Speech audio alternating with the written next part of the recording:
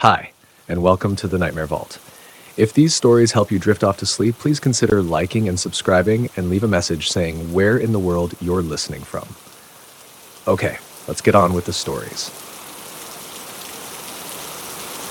The rain fell relentlessly on our little suburban town, the rhythmic pitter-patter against the windows providing a relaxing backdrop to the evening. I sat on the living room couch, my book open but unread, trying to focus on anything but the fact that I was alone. My parents were away for the weekend, and though I had assured them I could look after myself, the swell of anxiety in my chest niggled at me. My phone buzzed on the coffee table, jolting me out of my thoughts. I picked it up and saw a message from an unknown number. "Hey Clara, how's your night going?" I frowned, typing a cautious response. "Who is this?" They replied almost instantly. "Hey, it's only me. Just wanted to check on you." I felt a small wave of relief wash over me. Maybe it was just a friend or one of my parents checking in. "Mom? Dad? Kelly?" I typed back. Kelly was my best friend and she knew I was home alone. I figured she was just checking in on me, making sure I was okay. It wouldn't be the first time she had surprised me with a random message to lighten my mood. The reply came almost instantly. "No, not them. Just an admirer." My heart raced. The friendly tone now felt a little off. Admirer? That wasn't something Kelly or my parents would say.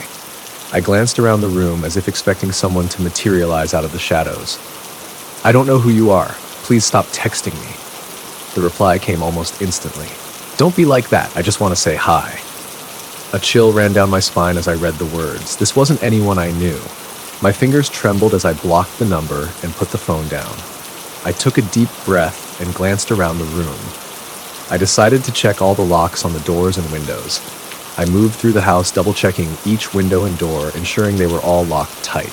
The house felt eerily silent. Once I was certain everything was secure, I headed back to the kitchen. I needed to calm down. I took a deep breath and decided to make some tea, hoping the warmth would help me relax. As I waited for the kettle to boil, my phone buzzed again. I hesitated before picking it up, dread pooling in my stomach. It was another unknown number. Panic surged through me. "I can see you, Clara." My blood ran cold. I grabbed a knife from the kitchen drawer and dialed 911, but the call wouldn't connect. The storm must have knocked out the phone lines. I was on my own. The texts became more frequent, with barely a second between each message. "Nowhere to hide, Clara." I turned off all the lights, hoping the darkness would conceal me. The once familiar comfort of my home now seemed foreign and hostile, each shadow a potential threat. My heart pounded in my chest as I crouched behind the couch, gripping the knife tightly, my knuckles white with tension. Every creak of the house, every gust of wind outside, made me flinch. I strained my ears, trying to separate the usual sounds of my home from anything unusual. Minutes felt like hours as I listened for any sound of intrusion. My breath was shallow and rapid, and I fought to control it, afraid that even the smallest noise might give me away. Then I heard it. The subtle creak of a floorboard upstairs. Someone was in the house. The sound was unmistakable, a deliberate pressure on wood. I crept towards the stairs, each step a delicate balance between speed and silence. The silence was deafening, broken only by the faint sound of my own breathing and the persistent thudding of my heartbeat in my ears. The dim light from the street lamp outside cast eerie shadows on the walls, making the familiar staircase look twisted and menacing. A shadow moved at the top of the stairs, and I froze, my grip on the knife tightening.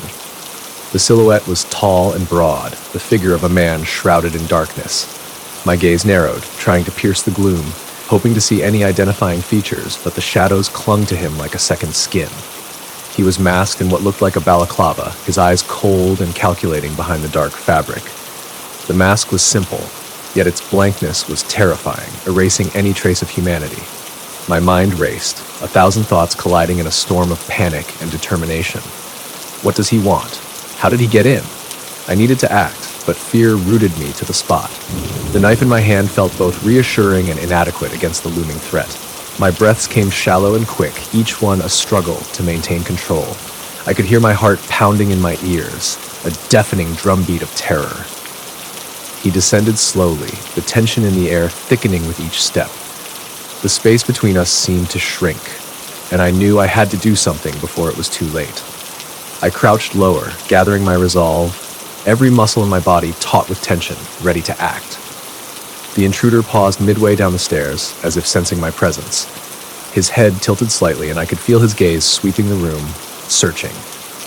The seconds stretched into an eternity, my entire world narrowing down to this single moment of impending confrontation. I held my breath, hoping desperately that the darkness would hide me. My heart hammered in my chest, the sound so loud in my ears I was sure he'd hear it too. I knew I had to move, to do something before he found me.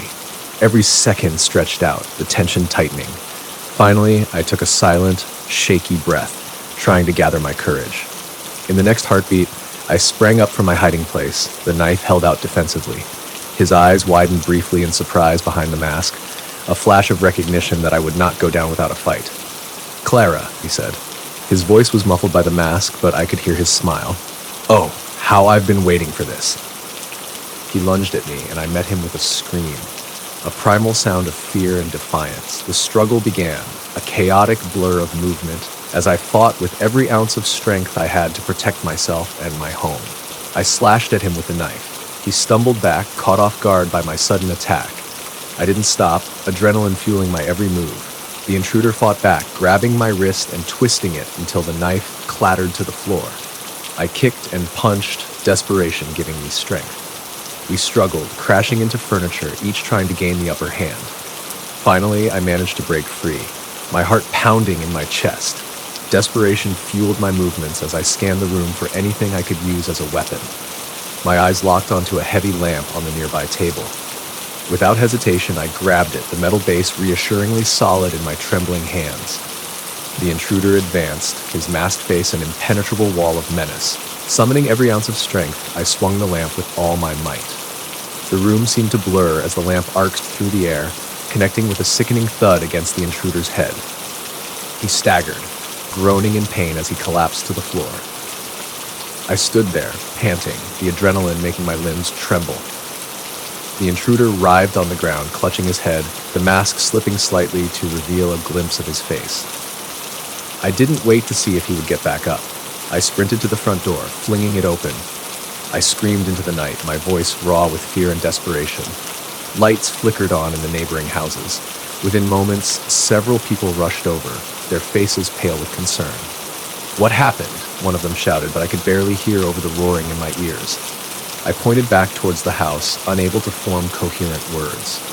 The police arrived shortly after, their flashing lights a beacon of safety in the night.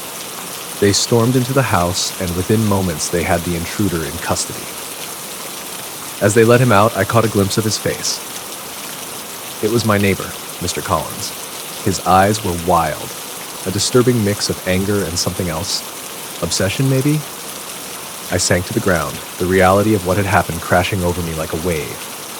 The neighbors gathered around, offering words of comfort, but all I could think about was the masked figure, the cold eyes behind the balaclava, and the realization that someone I had seen almost every day had been watching me, waiting for this moment. The police assured me that I was safe now, but the memory of that night would haunt me for a long time. The police took my statement, and I watched as they led him away, my body trembling with a mixture of relief and residual fear. The adrenaline began to fade, leaving me exhausted. A kind officer stayed with me until my parents arrived, their faces pale with worry. I recounted the night's events, tears mingling with the rain that still drummed on the roof. "I'm so sorry we left you alone," my mom said, hugging me tightly. I shook my head, finding strength in my own survival. "It's not your fault. I'm just glad it's over." As the rain finally began to let up, I lay in my bed, the knife now a permanent fixture on my nightstand. I had faced the darkness and come out the other side, but the events of that night would linger, a permanent scar on my psyche.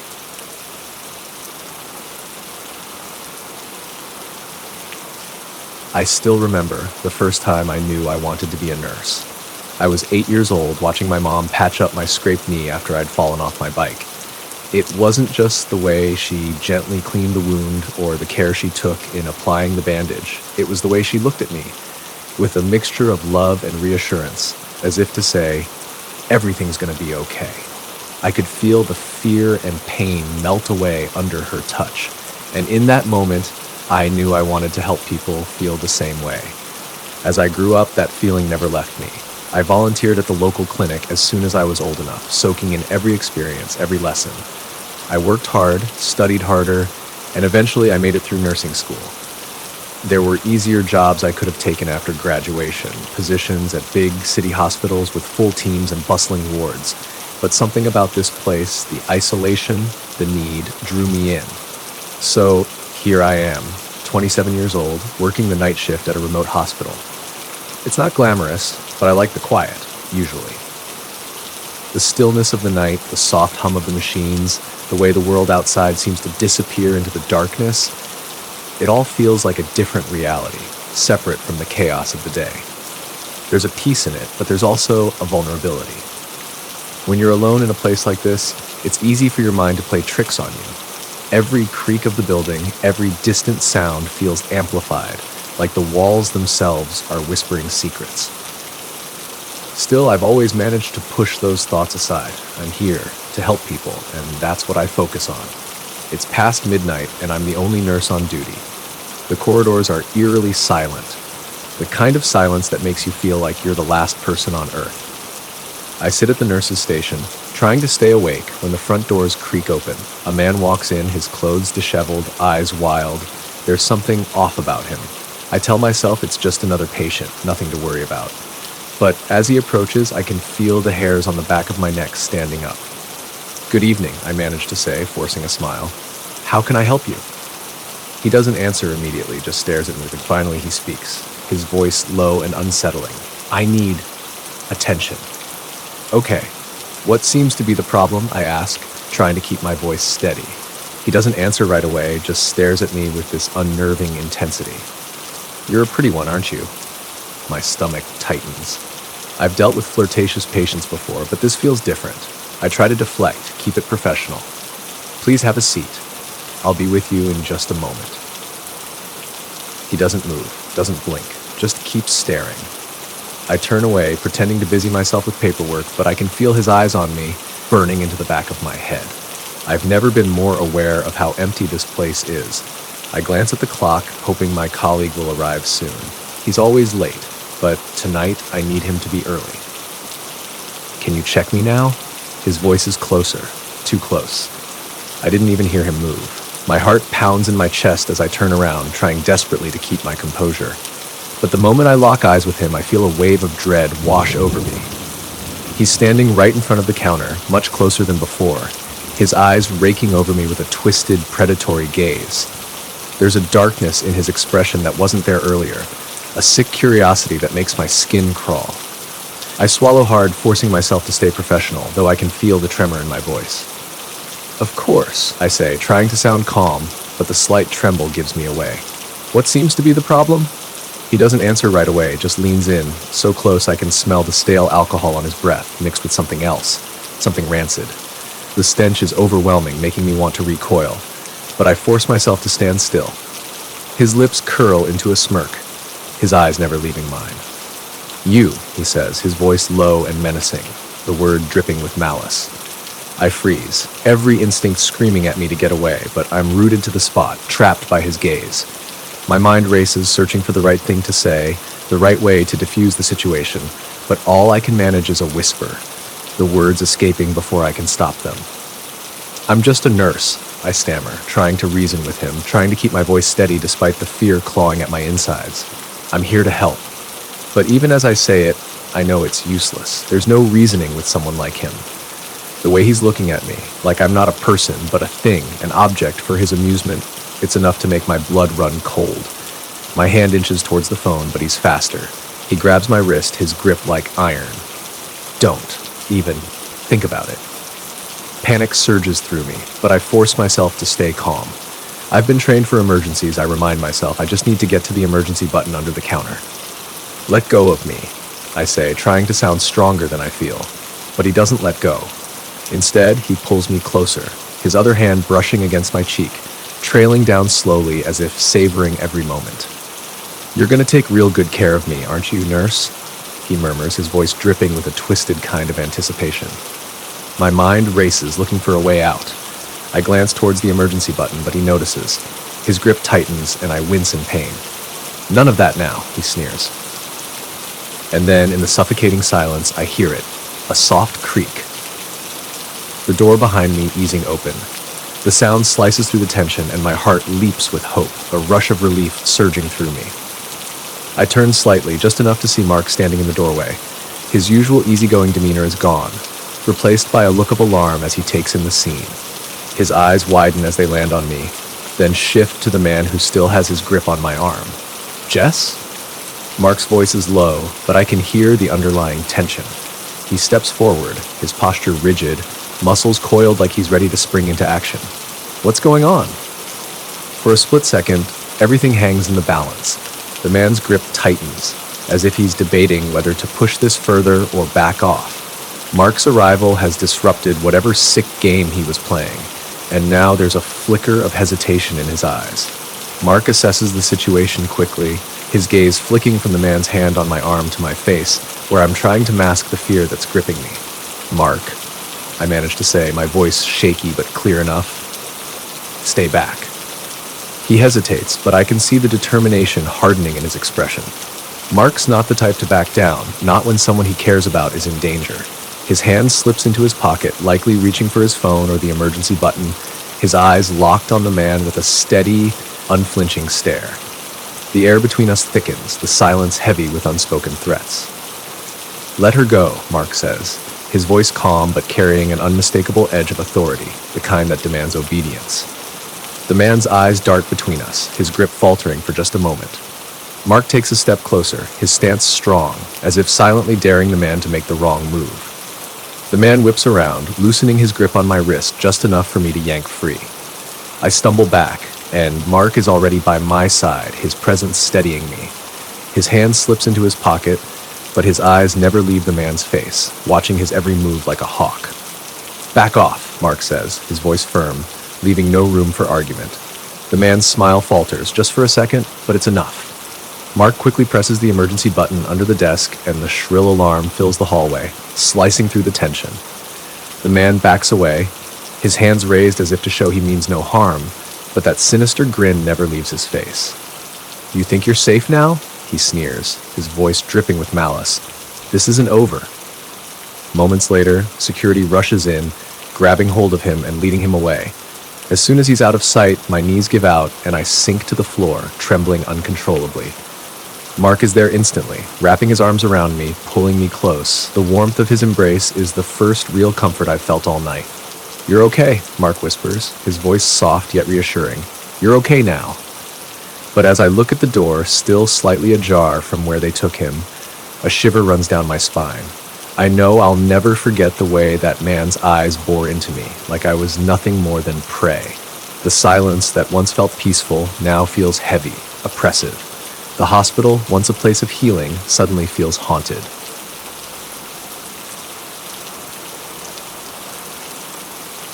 I had just closed up the bookshop after a great week. Everything seemed to be falling into place. Satisfied customers, praise from my boss, and the weekend ahead.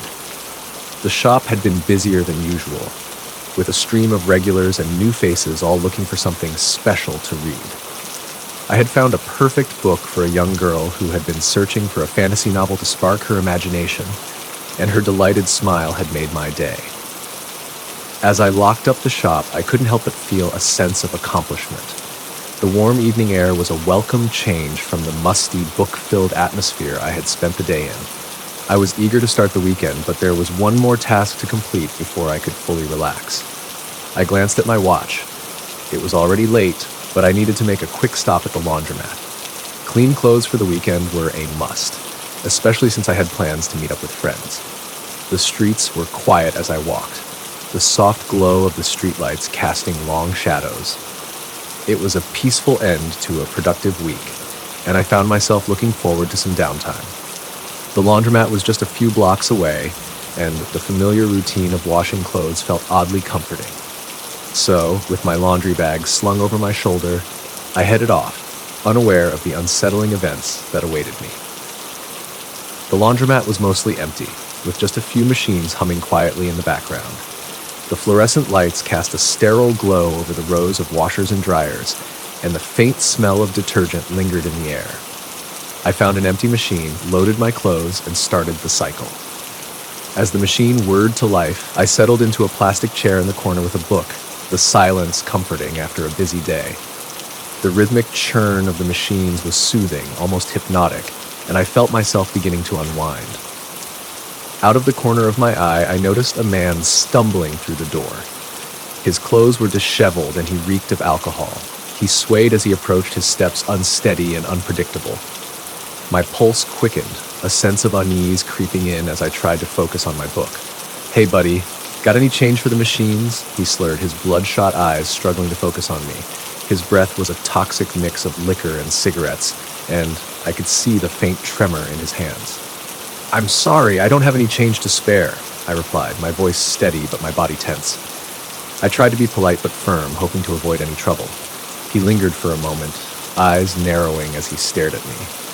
There was an unsettling intensity in his gaze, a mix of anger and hopelessness. "Come on, buddy, just a little bit," he insisted, his voice rising slightly, the frustration evident. He took a step closer, invading my personal space, and I could feel the tension mounting. My heart raced, and I subtly shifted in my seat, preparing for the worst. "I really don't have anything to give you," I repeated, a bit more forcefully this time. He stood there, swaying, his fists clenching and unclenching as if he were battling some internal conflict. For a moment, it seemed like he might lash out. The laundromat's quiet hum suddenly felt deafening, the normally comforting sound now a backdrop to a potentially volatile situation. But then, with a final glare, he staggered back, muttering under his breath as he stumbled out into the night.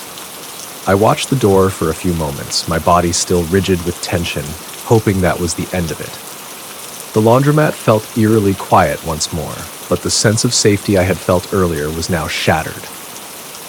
I tried to return to my book, but my mind was on high alert, every sound and movement keeping me on edge. Minutes passed, and I tried to lose myself in my book, but the atmosphere felt heavier. Each minute felt like an hour as I waited for my clothes to finish, my eyes darting to the door every few seconds. I couldn't shake the feeling that the drunk man would return.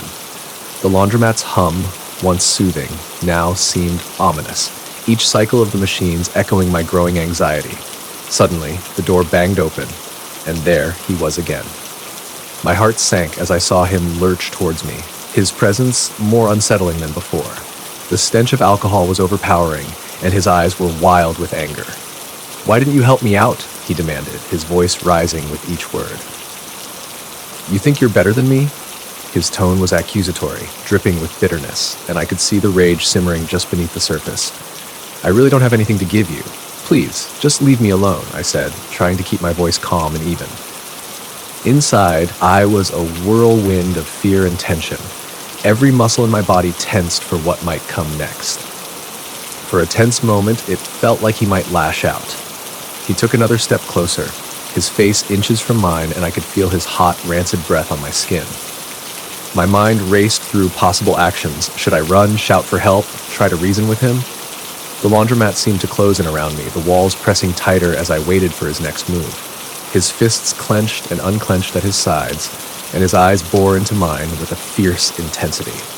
I braced myself for a possible attack, my heart pounding so loudly I could hear it. But then, just as quickly as the storm had come, it seemed to pass. He backed off, stumbling a bit, and muttered curses under his breath as he staggered out again, the door swinging shut behind him. My heart was pounding, my hands shaking as I tried to regain my composure. I glanced around the empty laundromat, the earlier sense of solitude now feeling like isolation. I needed to finish my laundry and get out of there. Every minute spent waiting felt like an eternity, my eyes constantly flicking to the door, dreading his return. The seconds dragged on, and the sound of the machines seemed louder, more oppressive. I could hardly focus on my book, my mind replaying the encounter over and over, the tension knotting my stomach. I just wanted to be home, away from this nightmarish scenario. Finally, the cycle ended, and I hurriedly gathered my clothes, my hands still trembling. As I folded my clothes, I kept glancing at the door, expecting him to burst in again. I needed to get out, to put distance between myself and this unnerving place. With my laundry done, I quickly packed up and headed for the door, each step filled with urgency. The streets were quiet as I walked, the eerie silence only broken by the sound of my footsteps. Then, out of nowhere, he appeared again, blocking my path. "You think you can just ignore me?" he snarled, anger flaring in his eyes.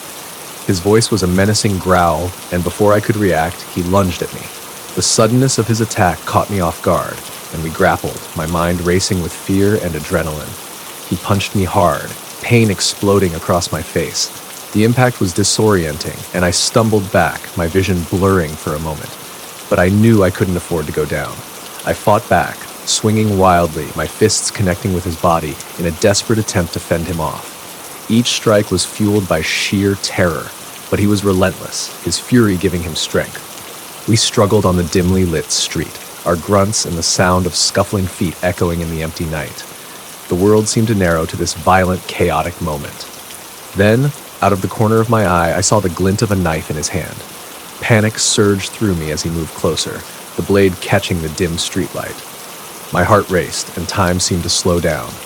He slashed at me, and I barely managed to dodge, the knife missing me by inches. The cold sweat of fear drenched my body, and I could hear my own ragged breathing, loud in my ears. "Help!" I shouted, my voice cracking with desperation. I hoped someone, anyone, would hear me. But the street remained ominously silent, and the dark windows of nearby buildings offered no signs of life. He lunged again, the knife aiming for my torso. I twisted away, feeling the blade skim my side, a sharp sting cutting through my shirt.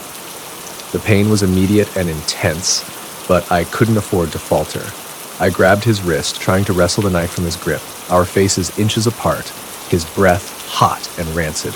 His eyes were wild with rage and desperation, and he pushed me back, causing me to stumble. I hit the ground hard, the impact jolting through me, but I kept my grip on his wrist, the knife still dangerously close. "Please, just stop," I gasped, my strength waning. He didn't respond, his only focus on the blade. My arms trembled with the effort of holding him off, and I felt the cold edge of the knife pressing closer. Suddenly, a shout rang out from down the street. "Hey, what's going on?" The voice was strong and authoritative, cutting through the night like a beacon of hope. My assailant hesitated, his head whipping around to see the source of the interruption. I used the momentary distraction to kick at his legs, knocking him off balance. He fell to the ground, the knife clattering from his hand and skidding away. Two figures emerged from the shadows, running towards us. The drunk man scrambled to his feet, his eyes darting between me and the approaching strangers. Fear flickered across his face, and he turned, bolting into the darkness. "Are you all right?" one of them asked, reaching down to help me up. I nodded, though my body was shaking, and pain throbbed where the knife had cut me. "Thank you," I managed to say, my voice weak with relief. They looked at me with concern, checking for injuries. "Let's get you to a safe place," the other one said, glancing around to ensure the man was truly gone. They supported me as we made our way out of the alley, my heart still racing but grateful for the timely intervention. As we walked, I couldn't shake the image of the knife glinting in the dim light, the anger in his eyes, and the sheer relief of seeing help arrive just in time. I made my way home, every shadow and sound heightening my nerves. Each rustle of leaves, each distant footstep sent a jolt of fear through me. My mind replayed the confrontation over and over, the glint of the knife, the look in his eyes. When I finally reached my building, my hands trembled as I fumbled with the keys, desperate to get inside. Once inside, I locked the door and slumped against it, relief and exhaustion washing over me. I was shaken but safe, the familiar surroundings of my flat providing a sanctuary from the night's terror. I took a deep breath, trying to steady my racing heart. The adrenaline began to fade, leaving behind a deep weariness that settled into my bones. The weekend didn't feel as bright anymore. The encounter had left a mark, a reminder of how quickly things could change. Alone in my flat, I reflected on what happened, the fear still fresh, but also a strange sense of resilience. I had faced danger and come out the other side, thanks to the kindness of strangers. Their intervention had been timely, their presence a beacon of hope in a dark moment. I knew I'd be more cautious in the future, more aware of my surroundings. The familiar streets and routine tasks would never feel quite the same again. I'd keep an eye on every shadow, listen to every sound, and trust my instincts more. But for now, I was just grateful to be home, where I could finally let go of the tension and try to find some peace. As I sat on my couch, the events replayed in my mind, a vivid montage of fear and relief. The knife, the struggle, the shouts of my rescuers. I realized how fragile safety could be, how a single moment could shift the course of an evening. I wrapped a blanket around myself, seeking comfort in its warmth, and allowed the exhaustion to take over. Gradually, the tension ebbed away, replaced by a profound gratitude. I was alive, I was safe, and I had experienced the best and worst of humanity in one night. As I closed my eyes, the memories of the night faded, replaced by the hope that tomorrow will be better.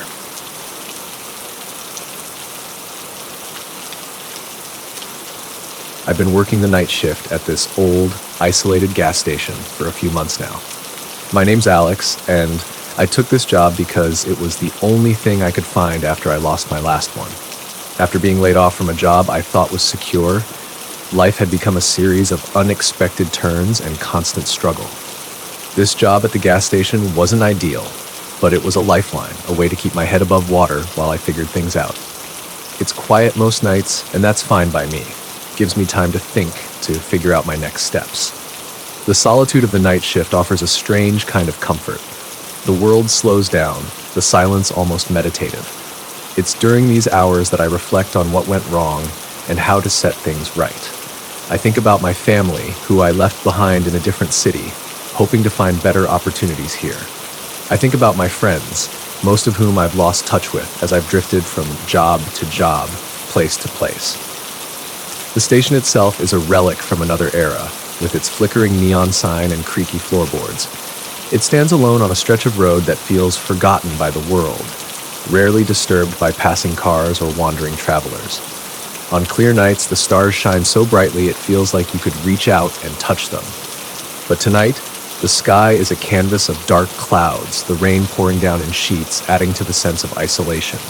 I spend my shifts restocking shelves, wiping down counters, and keeping the place in order. It's monotonous work, but there's a rhythm to it that I've come to appreciate. Each task is a small victory, a way to impose order on the chaos of my life. I've grown familiar with the hum of the fluorescent lights, the click of the cash register, and the distant, comforting sound of the rain on the roof. Sometimes a traveler will stop by for fuel or a snack, and we'll exchange a few words. These brief interactions remind me that there's a world out there, even if it feels distant and disconnected from my reality. But for the most part, it's just me and my thoughts, the night stretching out before me like a vast, uncharted sea. I took this job out of necessity, but in a way, it's become a refuge, a place where I can be alone with my thoughts, where the past feels a little less heavy, and the future, while uncertain, seems a little less daunting. Here, in the quiet of the night, I can almost believe that things will get better, that I'll find my way back to the life I lost. The station sits at the edge of nowhere, surrounded by a thick blanket of darkness. There's something both comforting and unsettling about it. Comforting because it's away from the chaos of the city, a place where time seems to slow down and the constant noise of urban life fades into silence. Here, under the vast expanse of the night sky, I can almost feel a sense of peace, as if the world has paused just for a moment. But it's also unsettling because when you're here, you're truly alone. The isolation can be oppressive. The emptiness around you, a stark reminder of how far removed you are from the rest of humanity. The rain was coming down hard tonight, drumming on the roof like an incessant heartbeat, making the isolation feel even more intense. Each raindrop sounded like a distant echo, amplifying the loneliness of this remote outpost. The downpour turned the surrounding landscape into a shadowy, indistinct blur, as if the world outside the station had disappeared entirely. Inside, the air felt thick and humid, the scent of wet asphalt seeping in through the cracks in the doors and windows. It was one of those nights where the darkness and the rain seemed to conspire to keep the rest of the world at bay, leaving me to my thoughts and the eerie quiet of the deserted gas station. I was sat outside, flipping through an old magazine and sipping on some lukewarm coffee when I heard the low rumble of motorcycles approaching. It was strange to hear any noise at this hour, let alone the growl of bikes. And that's when I saw them. A gang of bikers, their engines snarling like wild animals. They rolled in, parking their bikes in a semicircle around the station, their engines growling like wild beasts. The sight of them immediately set my heart pounding. a visceral reaction to the threat they represented. Each biker dismounted with a casual menace, their movements slow and deliberate, as if they had all the time in the world to wreak havoc. The station's dim lights cast long, eerie shadows, making the scene feel like something out of a nightmare.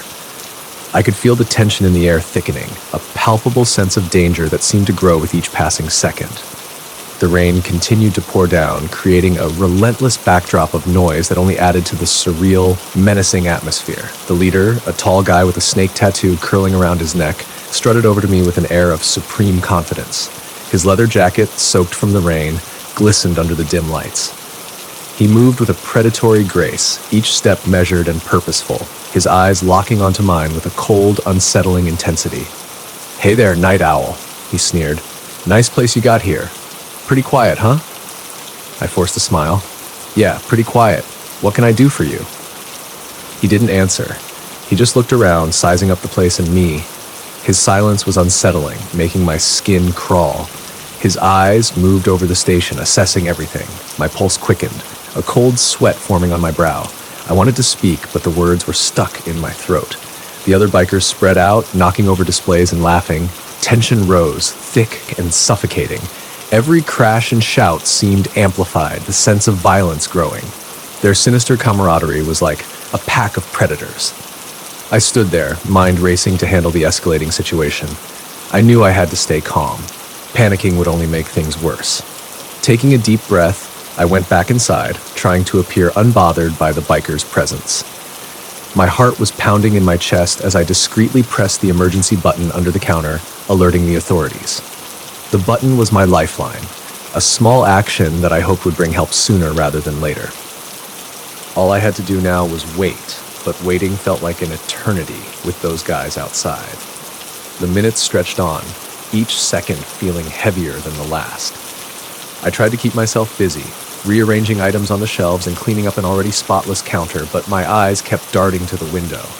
The gang was still there, their laughter and shouts seeping through the glass, a constant reminder of the danger lurking just beyond the door. Every noise made my nerves jolt. I prayed the police would arrive before things got worse, but deep down I knew I might have to face this nightmare alone for a little while longer.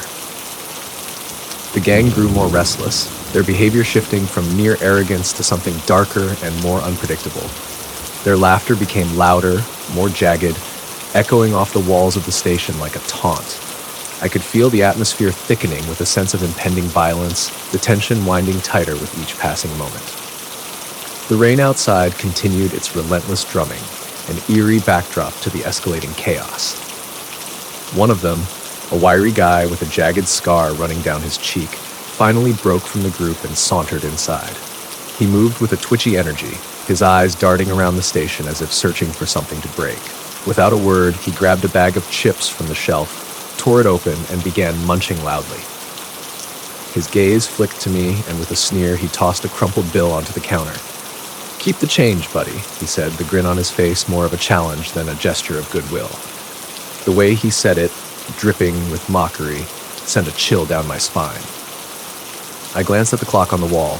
Only 10 minutes had passed since I'd pressed the emergency button, but it felt like an eternity. 10 minutes too long. My mind raced, wondering how much longer I could hold out, how much longer before they decided to take things to the next level. I could feel my nerves fraying, the thin thread of control I had slipping away with every second that ticked by. Just then, the leader strode back inside, his presence sucking the air out of the room. His eyes, cold and calculating, locked onto mine. There was something in his gaze that made my blood run cold, a twisted amusement mixed with an unsettling intensity. He looked around, then fixed his gaze on me, a smirk forming on his lips. "Quiet place you got here," he said, his voice low and dangerous. "A good spot for some fun, don't you think?" He spoke with the kind of casual cruelty that only someone accustomed to getting what they want could muster. His words hung in the air, heavy with implication. This wasn't just a stop for them, it was a playground, and I was their unwilling entertainment. The full weight of the situation pressed down on me, and I knew that whatever came next, I had to be ready. I swallowed hard, trying to keep my voice steady. "You should leave. The cops will be here soon." He laughed, a harsh, grating sound. Oh, we've got plenty of time. That's when things really started to spiral out of control. The bikers seemed to feed off each other's destructive energy, and the mood shifted from mere intimidation to outright chaos. One of them kicked over a display stand, sending snacks and drinks crashing to the floor. Another grabbed a metal trash can and hurled it through a window, the glass shattering with a deafening crash that echoed through the small station. The once orderly aisles were now a mess of broken glass, scattered merchandise, and destruction. The sense of menace in the air thickened, turning into something much more dangerous. Desperate to regain some control, I stepped forward, trying to shout over the noise to get them to stop. But before I could even finish my sentence, the leader was on me. He moved faster than I expected, his hand shooting out and grabbing me by the neck. In one swift motion, he slammed me against the counter, knocking the wind out of me.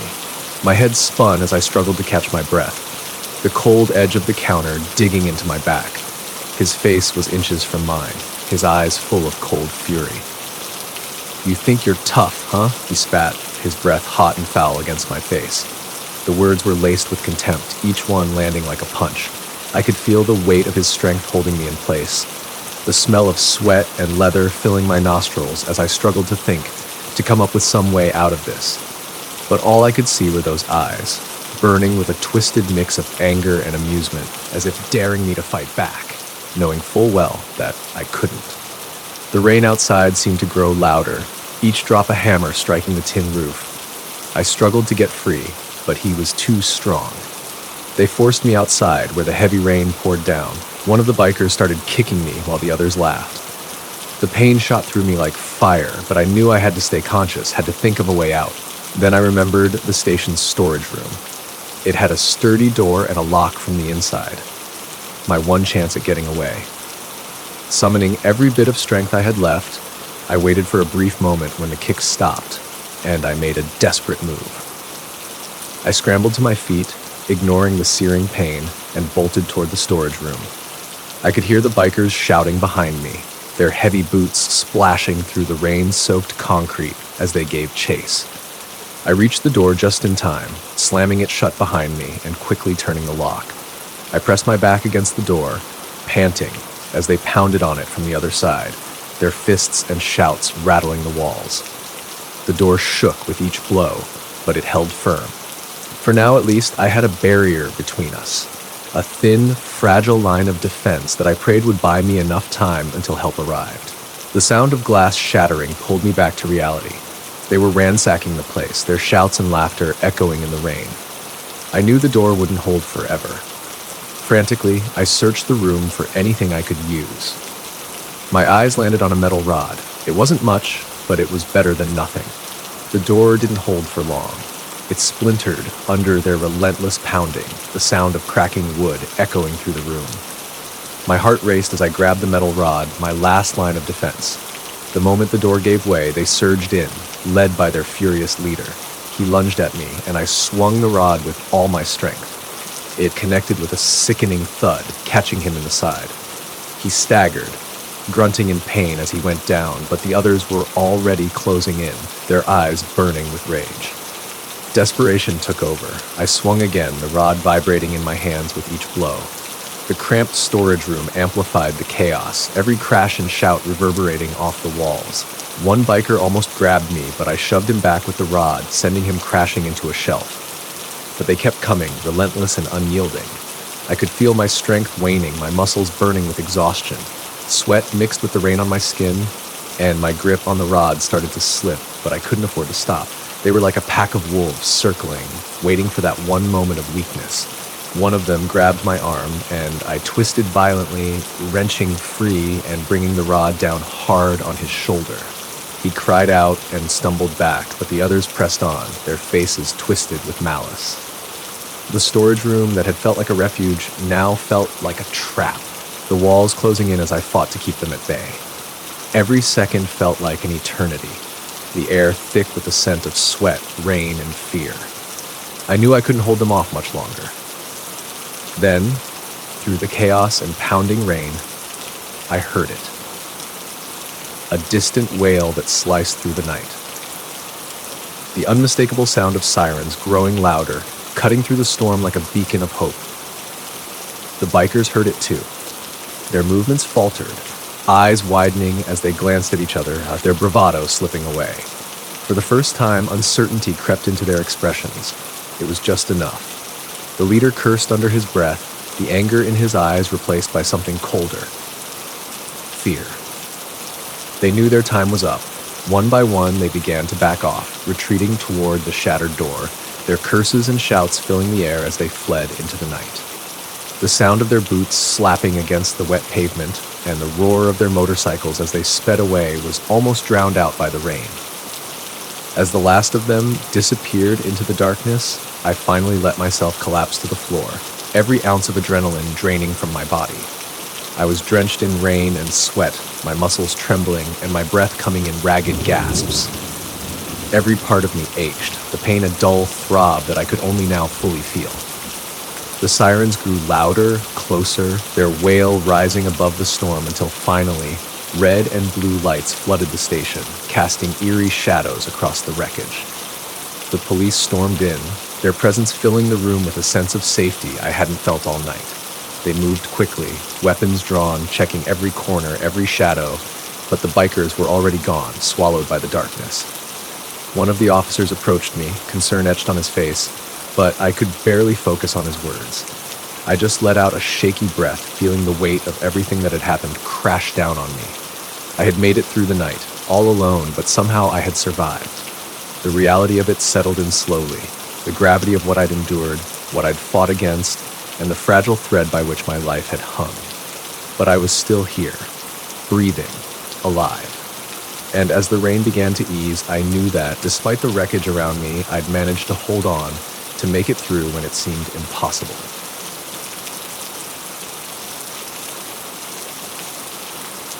It was one of those nights that felt perfect. I was at my favorite bar with my friends, laughing, talking about everything and nothing at the same time.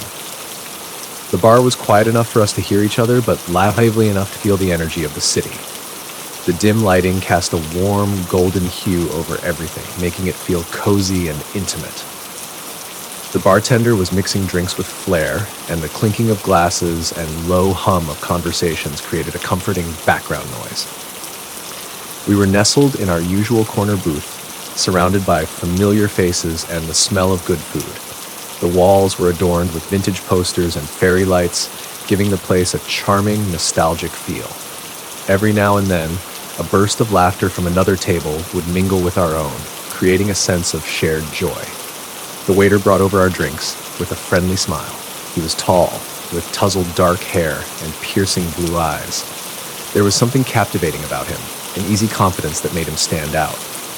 As he handed me my drink, our fingers brushed briefly, and I felt a spark of attraction. He lingered for a moment, chatting with us, his voice smooth and engaging. I couldn't help but steal glances at him, feeling a flutter in my chest. Eventually, he left to attend to other tables, and we returned to our conversation, the warmth of his presence lingering in my mind. We clinked our glasses, celebrating my 22nd birthday. "Cheers to being young and free," I said, grinning from ear to ear. My friends raised their glasses with a chorus of cheers, their faces lit up with smiles. We toasted to new beginnings, old memories, and everything in between. The drinks flowed, and so did the stories. We recounted our wildest adventures, embarrassing moments, and our dreams for the future. Each story was met with more laughter, our voices overlapping in excitement. We laughed so much that night. It felt like the world was ours. Time seemed to slow down, each moment stretching out in a delightful haze of contentment. Little did I know, the night would take a turn that would change everything. After a few hours, we decided to call it a night. I hugged my friends goodbye and stepped out into the cool night air. The streets were quieter now, just the occasional sound of a car passing by or a distant siren. I loved this part of the night, the stillness of the city, the way the streetlights cast long shadows. As I walked, I enjoyed the stillness of the night. The cool breeze felt refreshing against my skin, and the streetlights cast long, dancing shadows on the pavement. The city's usual hustle and bustle had quieted down, leaving just the distant hum of traffic and the occasional chirp of crickets. I took a deep breath, savoring the peace. I replayed moments from the night in my head, smiling to myself. The laughter, the stories, the way my friends had made me feel so special. It was one of those nights I'd remember fondly for years to come. The streets were almost empty, with only a few people here and there. I walked past closed shops and dimly lit cafes, my mind drifting. I hummed a tune from the bar, feeling lighthearted and content. After a few blocks, I noticed a figure in the distance, but thought nothing of it. This was the city, after all. People were always coming and going. I turned down a quieter street, my footsteps echoing in the silence. As I walked further, I felt a slight unease, like someone was watching me. I shrugged it off. It was probably just the lingering effects of the drinks and my imagination running wild. I kept walking, my pace a little quicker now, the sound of my heels echoing on the pavement. The figure seemed to be keeping pace with me. I told myself it was a coincidence, but the feeling of being watched grew stronger. I tried to shake it off, focusing on getting home. I glanced back again. The figure was definitely closer, moving with purpose. A knot of fear tightened in my stomach. I broke into a run, my breath coming in short, sharp gasps. The chase was on. I could hear the footsteps behind me, getting louder, closer. I didn't dare look back again. I just ran, pushing myself to go faster. My building was finally in sight, its familiar facade a beacon of safety. Relief washed over me, but the sense of urgency remained. I reached into my bag, fumbling with my keys, my hands shaking so badly that they slipped from my grasp and clattered to the ground. My heart pounded louder, the footsteps behind me growing nearer. Desperation kicked in. I snatched the keys up, my fingers trembling as I tried to find the right one. The clinking metal seemed deafening in the stillness of the night. I glanced back and saw the shadowy figure closing the distance. Panic surged through me, and I finally managed to fit the key into the lock. I turned the key, almost breaking it in my haste, and shoved the door open. I slipped inside, slamming the door shut behind me with a resounding thud. I leaned against it, my breath coming in ragged gasps, my body trembling from the adrenaline coursing through me. The sudden silence was overwhelming. The footsteps had stopped. I stood there, every muscle tense, straining to hear any sound outside. Summoning the courage, I peeked through the peephole, my eyes searching the dimly lit street. No one was there. The street was eerily empty, as if the figure had never existed. I slid down the door, my back against it, trying to calm my racing heart. The realization that I was safe, at least for the moment, began to sink in. But the question remained, who had followed me, and why? I pulled out my phone, hands still shaking, and called my friend. The familiar dial tone was oddly comforting as I waited for her to pick up. When she finally did, her cheerful voice brought a small sense of relief. She asked me if I made it home okay. With a trembling voice, I told her I did, but I was sure someone was following me. There was a moment of stunned silence. I could almost hear her processing what I had just said. The weight of my words seemed to hang in the air. She expressed concern, her voice filled with worry. The conversation took on a more serious tone as I recounted what had happened. I told her how I wasn't sure if I was just being paranoid, but that I barely made it inside before the figure got too close. She listened carefully, the fear in her voice matching my own as she pieced things together. She asked if I had seen who it was, but I explained that it had been too dark to make out any details. Then, she mentioned something that sent a chill down my spine. The waiter at the bar. He had left right after I did. The memory of his face, which I hadn't given much thought to at the time, suddenly flashed in my mind, and the possibility that it could have been him made my skin crawl. She suggested that I consider calling the police, her concern clear, but I hesitated, telling her I needed to calm down and think things through first. After we hung up, I tried to steady my breathing, but the fear lingered. I checked the locks on my door twice, making sure everything was secure. I turned on every light in my apartment, hoping the brightness would chase away the shadows and my growing anxiety. I lay in bed, my mind replaying the events of the night over and over. Sleep didn't come easy. Every creak and groan of the old building made me jump. My thoughts kept drifting back to the waiter. His face, his movements, the way he might have followed me. It all felt surreal, like a nightmare I couldn't wake up from. Eventually, exhaustion took over, but even then, my dreams were haunted by the shadowy figure. I woke up several times, heart pounding, convinced I heard footsteps outside my door. It was a long, restless night, one I wouldn't forget anytime soon. The next day, the fear still clung to me. My friend insisted we go back to the bar for answers. As we walked in, the familiar smell of coffee and pastries greeted us, but it no longer felt comforting. We approached the bar and my friend spoke to the owner. "Excuse me, can we ask you about one of your waiters? The one working last night." The owner seemed surprised when I asked about the waiter. He mentioned that the waiter had quit abruptly that morning, without any explanation. My heart sank as he described how everything had seemed normal until the waiter suddenly handed in his apron and left without a word. But then, the owner's expression turned more serious. He explained that shortly after the waiter quit, the police came into the bar asking about him. It turns out he was wanted for kidnapping. A chill ran down my spine as the pieces started to fit together. The waiter's abrupt departure, the uneasy feeling I'd had the night before, it all made sense in a terrifying way. The owner, now clearly concerned, apologized and offered his support, telling me to reach out if I needed anything. We thanked him and left the bar, my mind racing. Who was this waiter? Why did he follow me? The questions swirled in my head, each more unsettling than the last. As we stepped outside, I couldn't shake the feeling of being watched. Every passerby seemed like a potential threat. I clung to my friend's arm, my heart pounding. "I can't believe he just quit like that," my friend said, her voice trembling. "What if he was planning something?" The thought made my blood run cold. I looked around, half expecting to see his face in the crowd. "I don't know, but I'm not taking any chances." We reached my building, and I paused at the entrance, looking up at the windows. The safety I once felt here was gone, replaced by a gnawing fear. "I'll stay with you tonight," my friend said firmly. "You shouldn't be alone." I nodded, grateful for her presence. As we entered my apartment, I locked the door behind us and checked the windows, my paranoia growing by the second. That night, we stayed up talking, trying to make sense of everything, but no matter how much we discussed it, the fear wouldn't go away. Sleep was out of the question. Every noise made me jump. Every shadow seemed to hide a threat. In the darkest hours of the night, I realized the true horror of my situation. This wasn't just about a random encounter. Someone had targeted me, followed me, and then vanished without a trace.